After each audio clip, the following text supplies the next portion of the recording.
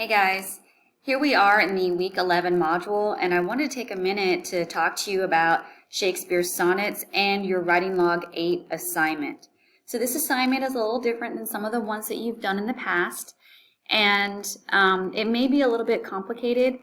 I'm hoping to be able to get all of this information provided in one video, but it may take two. So let's talk about a couple of things. At this point, you should have already read the PowerPoint on Shakespearean sonnets. And at the end of that PowerPoint are two very famous sonnets written by Shakespeare. And I am going to read those for you, and I'm going to translate those into everyday language here in just a second. You should have already taken also the Shakespeare quiz. This is just an easy 5-question quiz, multiple choice, true, false, based on the information provided in that little PowerPoint lesson. So if you've done all of that, go ahead and click on Writing Log 8, and let's talk about that assignment. Okay, there are obviously a lot of steps to this assignment. Step 1 says to watch the video lesson below. Notice that there is no video below yet because that's the video I'm recording right now. Below that it says click on this link and choose a sonnet to translate. So in this video lesson, I'm going to translate a couple of sonnets for you, and then you're going to model what you've learned by translating a sonnet for the rest of the class. You can choose any one of the sonnets that Shakespeare wrote. He wrote over 150. The only two you are not allowed to choose are the ones that are on this video lesson. Also, it's going to be kind of like a first come, first serve kind of thing. So the first thing that you want to do is go ahead and choose your sonnet and post it to the thread, because once another classmate has chosen a sonnet, you may not choose that same one. So make sure you look at all of the sonnets your classmates have chosen before you pick one to do your assignment on. Okay? Then it says, follow the directions provided in the video to record and post your own line-by-line translation. There are a couple of ways that you can post your line-by-line translation. The first way is probably the simplest way, and here is an example.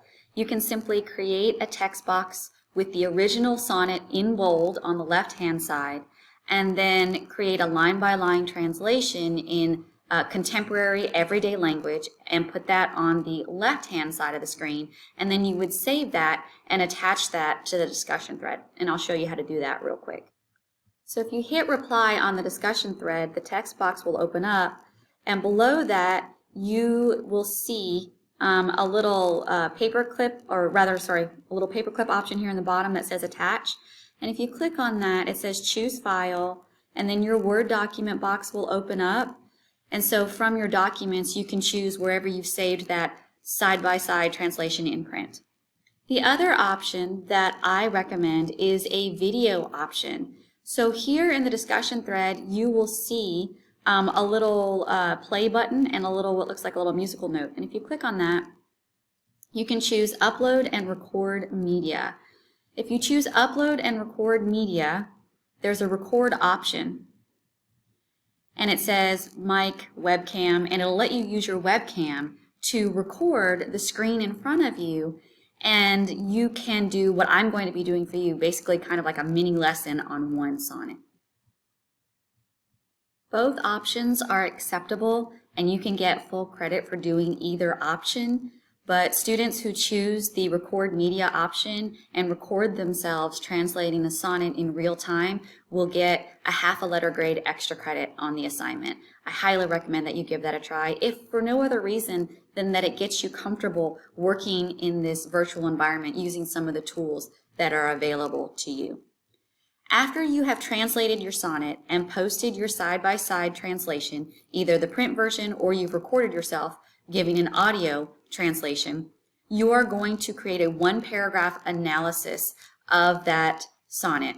So if you read the PowerPoint note materials that you were supposed to have already read before you took the quiz, you'll know that there are 3 underlying themes found in Shakespeare's sonnets, and those 3 underlying themes are the brevity of life, life's short, the transience of beauty, or beauty fades, and the dangers of desire. Desire is dangerous, especially desiring women. So what you're going to do is you're going to pick a sonnet, you'll do a side-by-side translation, and in your paragraph you're going to make an argument about which of those themes is the dominant theme in this particular sonnet. So your topic sentence will say, in sonnet 12, The dominant theme is that desire is dangerous. And then you'll provide some sort of evidence from the sonnet itself by very likely quoting some of the lines of the sonnet. And I'll show you an example. So this is a paragraph that a student did, and you can always pause it and read the paragraph in full if you like. But the big thing that I want to point out is how the student quoted. Notice that the student introduces the quote. We never start a line with a quote, we always introduce it. That there is a comma between that introduction and the quote itself.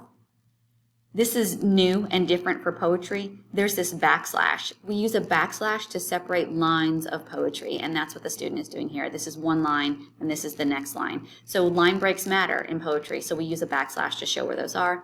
And then instead of pages or paragraph, because we're talking about lines of poetry, you're going to use lines, and then tell me which lines of the sonnet you're quoting. Okay, so I wanted to make you aware of how to do that. So you'll have a topic sentence that tells me what the dominant theme is. You'll have a quote or piece of evidence from that sonnet following the rules I just discussed. You'll explain the importance of that quote, and you'll end by explaining how that quote helps support the argument you made in your topic sentence. So let's take a look at two of Shakespeare's most famous sonnets, and I'll show you how you're going to do a video recording if you choose to do so. So this one is called Shall I Compare Thee to a Summer's Day? And I'm going to read it, and then I'm going to talk about what it means. Shall I compare thee to a summer's day? Thou art more lovely and more temperate. Rough winds do shake the darling buds of May, and summer's lease hath all too short a date. Sometime too hot the eye of heaven shines, and often is his gold complexion dimmed. And every fair from fair sometime declines, by chance, or by nature's changing course untrimmed. But thy eternal summer shall not fade, nor lose possession of that fair thou owest, nor shall death brag thou wanderest in his shade, when in eternal lines to time thou growest. So long as men can breathe or eyes can see, so long lives this, and this gives life to thee. So let's talk a little bit about what's going on here. In the first line, Shakespeare writes, shall I compare thee to a summer's day? In other words, if I were to compare you to a summer's day, what might I find? Thou, you, are more lovely and more temperate. So to be temperate means to be kind of calm, right? To be intemperate means to be the kind of person whose moods are always shifting and always changing. And so this person is kind of a calm, regular, normal kind of person. Rough winds do shake the darling buds of May. Rough winds might shake the buds or flowers because it's storming. So summers can be stormy. But remember that this person that Shakespeare is comparing to summer is temperate. And summer's lease hath all too short a date. A lease is a length of time. What Shakespeare is saying here is summer's too short. So you're better than summer because you're more temperate, you're less stormy, and you last longer. In the next stanza, he continues with this theme. Sometime too hot the eye of heaven shines. Sometimes it's too hot in the summer. And often is his gold complexion dimmed. Again, he's still talking about the eye of heaven. So his gold complexion, the summer's gold complexion, is dimmed because sometimes it's cloudy. And every fair from fair sometimes declines. Fair here means beautiful. Everything that is beautiful and everything that comes from beauty, it declines, it fades. By chance or by nature's changing course untrimmed. So let's say that you have a flower. This flower is really, really beautiful. But by chance or by accident, that flower could lose its beauty. Say like a car runs over it, right? Obviously it would lose its beauty. Or by nature's changing course untrimmed. Through the course of time, that beauty will fade, right? That flower will die. By stanza 3, Shakespeare is trying to explain why the person is better than summer. But thy eternal summer, your forever summer, shall not fade, nor lose possession of that fair thou owest, nor will you ever lose possession of your beauty. Nor shall death brag thou wanderest in his shade. You'll never die? When in eternal lines to time thou growest, you're going to grow forever. Your beauty, your perfection will continue to grow. You will never die when in eternal lines to time thou growest. In other words, these lines of this poem are eternal, and they are going to make this person immortally beautiful. So long as men can breathe or eyes can see, so long lives this, in other words, this sonnet, and this gives life to thee. So this poem is about love, obviously, but it also deals with one of those sub-themes, the idea that beauty fades. What Shakespeare is trying to say with this sonnet is that while beauty fades, good writing lasts forever, and good writing can immortalize us. So let's take a look at the other sonnet that I have provided you with. All right, here's another really famous one, and this is often called the wedding sonnet. It's called Let Me Not to the Marriage of True Minds, and then I'll read it, and then I'll translate it. Let me not to the marriage of true minds admit impediments. Love is not love which alters when it alteration finds, nor bends with the remover to remove. Oh no, it is an ever fixed mark that looks on tempests and is never shaken. It is the star to every wandering bark, whose worth's unknown, although his height be taken. Love's not time's fool, though rosy lips and cheeks within his bending sickle's compass come. Love alters not with his brief hours and weeks, but bears it out even to the edge of doom. If this be error and upon me proved, I never writ, nor no man ever loved. So what is this sonnet about? Let's begin at the beginning. Let me not to the marriage of true minds admit impediments. An impediment is a barrier. So when people used to get married, somebody would say, does anybody have an impediment to declare? And that's when somebody would stand up and say a reason why two people should not be married. And he's saying, if there are two people who truly love each other, then we should never get in the way of that. The next line begins, love is not love which alters when an alteration finds. To alter or to create an alteration means to change something. So what Shakespeare is writing here is that a person should not stop loving somebody because the person they love has changed. So we get older, we get grayer, what have you. Certainly our physical appearance will change, and he's saying that true love doesn't change with the changing of somebody's physical appearance. The next line says, or bends with the remover to remove. So you may have heard somebody say something like, so-and-so stole my boyfriend, or so-and-so stole my girlfriend. What Shakespeare is saying here is if you truly love somebody, you won't bend.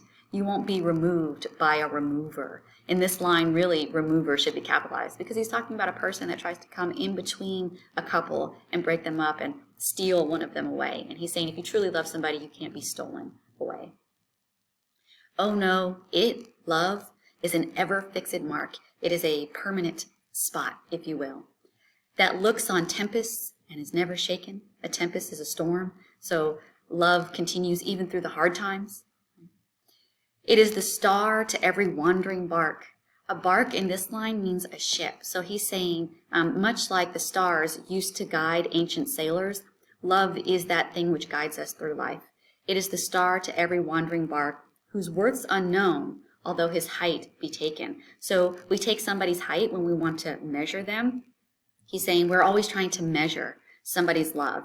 And he's saying you can't really measure love because its worth is unknown. Love's not time's fool, though rosy lips and cheeks within his bending sickle's compass come. His is death. Death is the one who holds the sickle, right? And so he's saying here that, yes, our rosy lips and our rosy cheeks are going to fade, but love won't because love doesn't fade over time. Love alters not with his brief hours and weeks. His here is still death and also time. He's sort of conflating the two. But bears it out even unto the edge of doom. Love lasts even to death. If this be error and upon me proved, if I'm wrong, and you can prove that I'm wrong, I never writ, nor no man ever loved. What he's saying here is, if I'm wrong, I must have never written anything worthy of reading. And Shakespeare, as we know, the author of Romeo and Juliet, is the master of love. He's saying, I'm the master of love. I know what I'm talking about here. So once again, he's talking about how valuable his writing is. So one of the themes of this sonnet, again, is the fact that beauty fades, rosy lips and cheeks within his bending sickle's compass come.